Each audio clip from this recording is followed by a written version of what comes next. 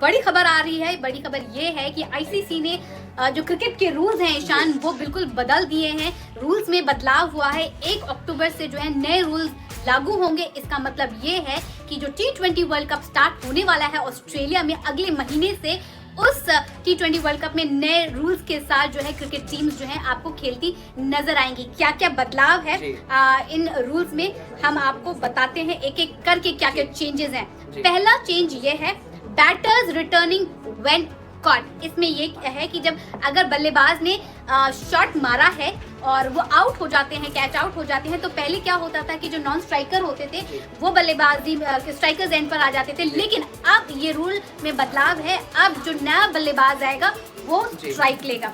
इसके अलावा दूसरा रूल ये है, use of saliva to polish the ball. हमने देखा था कि जिस तरह से कोविड के दौरान जो है सलाइवा को बैन कर दिया था, उसका यूसेज जो है बैन कर दिया था, और अब वो शायद उन्होंने किया है परमानेंटली बैन कर दिया है।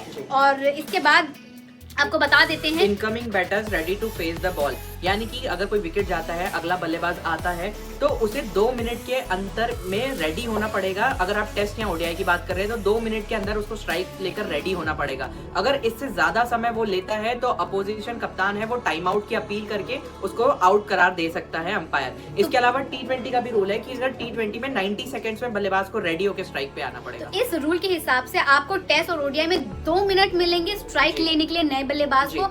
T20 में अनचेंज है, 90 सेकंड्स ही रहेंगे।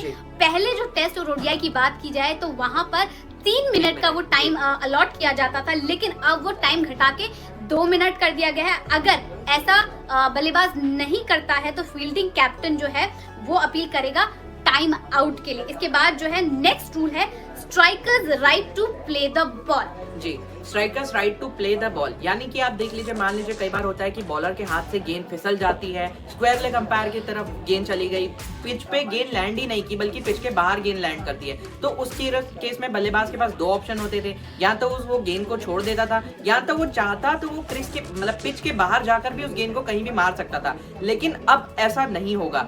बल्लेबाज सिर्फ पिच के अंदर जो गेंद पिच होती है उसी को मार सकता है। अगर पिच के बाहर कोई गेंद लैंड की है, उस बॉल को प्रॉपरली डेड बॉल करार दिया जाएगा।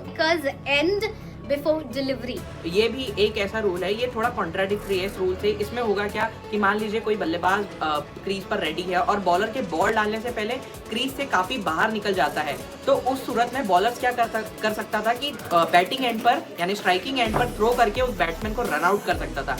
लेकिन अब ऐसा नहीं होगा। अगर बॉलर ऐसा करता है तो वो डेड बॉल हो जाएगा। यानी कि अगर बल्लेबाज क्रीज से बाहर आ जाए, स्ट्राइकर एंड की मैं बात कर रहा हूँ, स्ट्राइकर एंड वाला बल्लेबाज क्रीज से बाहर आ जाए और बॉलर थ्रो कर दे उसको रन आउट करने के चक्कर में विकेट कीपिंग एंड पे, तो अब उस केस में ये डेड बॉल करार दिया जाएगा।